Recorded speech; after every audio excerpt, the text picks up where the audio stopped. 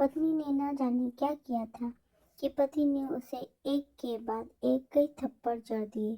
हमेशा हर सिचुएशन को शांति से हैंडल करने वाली पत्नी भी इस बार इतनी अशांत हो उठी कि उसने अपनी चप्पल ही निकालकर पति की ओर दे फेंकी। चप्पल पति के बालों को छूते हुए निकल गई। ये किस्सा यहीं पर खत्म हो सकता था, मगर पति ने इसे अपनी मर्दानगी का विषय बना लिया और बात बद से बदतर होती चली गई। रिश्तेदारों ने भी आग में घी का काम किया। किसी ने कहा, जो औरत अपने पति को चप्पल से मार सकती है वो ना ही तो वफादार हो सकती है और ना ही पतिव्रता। ऐसी औरत परिवार ही नहीं पूरे समाज पर कलंक की तरह है। बीवी के पक्ष वाले कहाँ पीछे रहने वाले थे। किसी ने कहा, 21वीं सदी में भी जो स्त्री के साथ मारपीट करते हैं उन्हें तो जेल भेज देना चाहिए। तो कोई कहता, जरूर उसको कोई और पसंद आ गई होगी, इसलिए अब पत्नी से मारपीट करने लगा है। बात कोर्ट तक पहुंच गई। दोनों पक्षों ने एक दूसरे के खिलाफ केस फाइल कर दिया। पति ने चरित्रहीन होने का तो पत्नी ने दहेज और शारीरिक उत्पीड़न का आरोप लगाया। 2 वर्षों से अधिक समय के लिए केस चला। इन 2 वर्षों के दौरान दोनों पति पत्नी अलग अलग रहे थे। इन 2 वर्षों के दौरान दोनों पक्षों के समर्थकों की संख्या कम हो गई थी।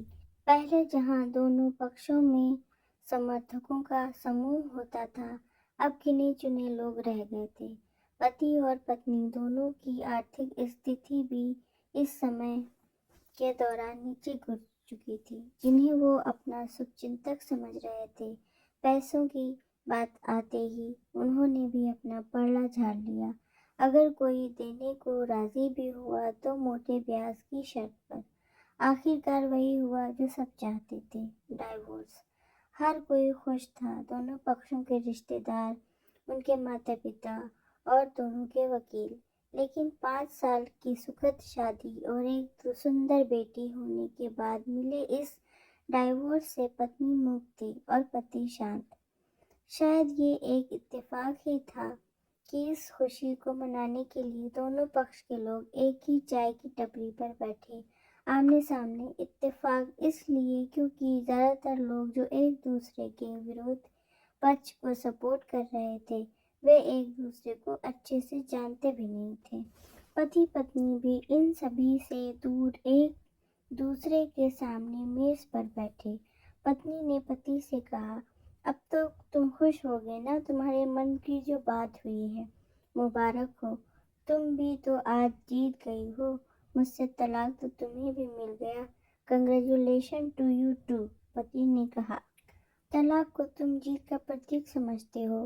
पत्नी ने पूछा। पति चुप रहा। थोड़ी देर की शांति के बाद पति ने कहा, मुझे तुम्हें 5 लाख रुपए अभी और हर महीने 8,000 रुपए देने का आदेश है। अभी मेरे पास पैसे नहीं हैं, इसलिए हमारा मतलब मेरा जो सिटी में फ्लैट है उसे तुम्हारे नाम कर देता हूँ।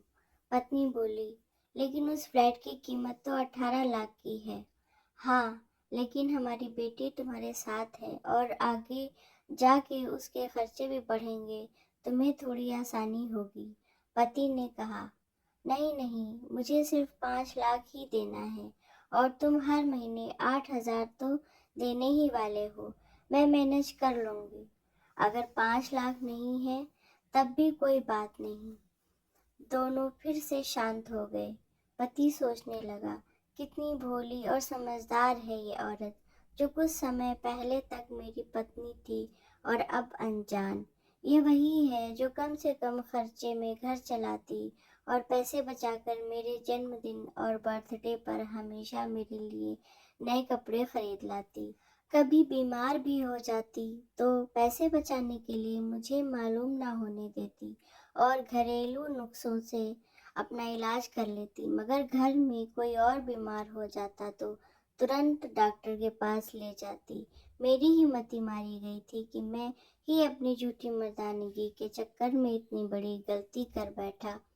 पत्नी के दिमाग में भी उथल पुथल चल रही थी। अभी भी वैसा का वैसा ही है। पहले भी खुद से ज़्यादा हमारे बारे में सोचता था और अब भी वही कर रहा है। ये वही आदमी है जो मुझे एक्सीडेंट से बचाने के लिए खुद मोटरसाइकिल के आगे कूद पड़ा था और अपनी उंगली तोड़वा बैठा था। पता नहीं कौन सी मनहूस घड़ी में झगड़ा कर बैठी। पति ने मौन तोड़ते हुए पूछा, अब तुम्हारे कमर का दर्द कैसा है? ज्यादा तकलीफ तो नहीं होती? पत्नी हल्का सा मुस्कुराई और बोली, अभी भी होता है। अब तो पेट में भी क्रैम्प्स उठते हैं। वो तो होगा ही। तुम योगा या कसरत भी तो नहीं करती हो। अब किसी गायनेकोलॉजिस्ट को जरूर दिखा लेना। पति ने कहा, तुम बताओ तुम्हारा अस्थमा कैसा है? अब क्या अब भी दौरे पड़ते हैं? पत्नी ने पूछा। हाँ पड़ते हैं, पहले से ज्यादा, क्योंकि अक्सर इनहेलर भूल जाता हूँ।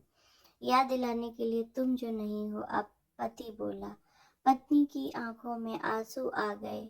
वो बोली, तुम्हें मेरे चरित्र पर सवाल नहीं उठाने चाहिए थे, तो ये परिस्थिति आती ही नहीं। हाँ मैं जानता हूँ तुम बहुत अच्छी हो, मुझसे गलती हो गई, बहुत बड़ी गलती।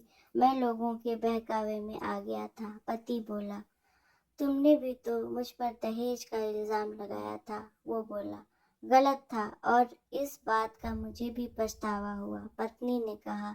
पति कुछ कहना चाह रहा था लेकिन हिचकिचा रहा था। पत्नी ने पूछा, कुछ कहना चाहते हो? वो बोला, क्या सब पहले जैसा नहीं हो सकता? क्या मतलब? पत्नी बोली, मतलब कि हम फिर से पहले की तरह पति पत्नी बनकर, सच्चे दोस्त बनकर नहीं रह सकते?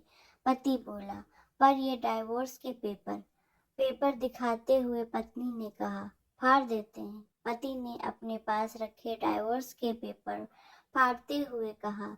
पत्नी ने भी अपने पास रखे पेपर्स फाड़ दिए। सभी हैरान थे, वकील, रिश्तेदार और माँ बाप। पति पत्नी दोनों एक दूसरे के हाथ में हाथ पकड़े अपने घर की तरफ चले गए। दोस्तों, ये कहानी उन हर पति पत्नी के लिए बड़ी सीख है जो छोटी छोटी बातों पर लड़ते और इन झगड़ों को बड़ा बना के अलग अलग होने का डिसीजन लेते हैं। प्यार और झगड़ा तो एक सिक्के के दो पहलुओं की तरह हैं। दोनों को स्वीकार करना होगा, तभी ये पवित्र रिश्ता उसकी मंजिल तक पहुंच पाएगा। दोस्तों, आपको ये कहानी कैसी लगी? कमेंट करके नीचे ज़रूर बताइए। धन्यवाद।